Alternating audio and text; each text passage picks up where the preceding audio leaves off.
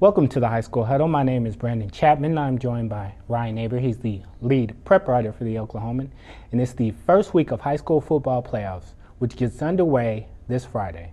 So let's preview Class 5A. Ryan, who do you feel like will be the favorite?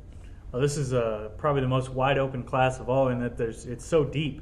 A lot of teams that have a chance to win a title, but going in, I've got to say the favorites Tulsa, Washington. They beat Carl Abbott early in the season. Have showed no sign of slowing down since then. And I think the Hornets, after playing in 6A the last couple of years, are the favorites in 5A. All right. Well, who do you feel like might be a sleeper team in this class? Well, this is tough because there's so many teams that are considered championship contenders. It's hard to label any of them as sleepers because they've all got legitimate shots. El Reno, I think maybe the sleeper would have to be Tulsa East Central, who really hasn't played to the level of a state championship type team, but they've still got the talent to be able to come out a champion, and the bracket's favorable for them.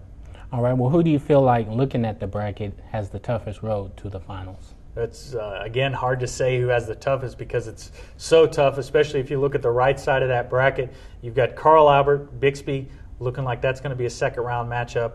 You've got Guthrie and Booker T. Washington also look like they're going to meet in the second round. Then in another one of the quadrants, you've got Coweta and Lawton Mac.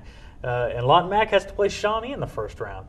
So probably Lawton Mac, if they're going to make the championship game, they will have well earned it because of the road that they're going to have to go through. Some of those second-round matchups sound like championships games. Yeah, there's no doubt about that. This, like I said, this class is just so deep compared to the other ones.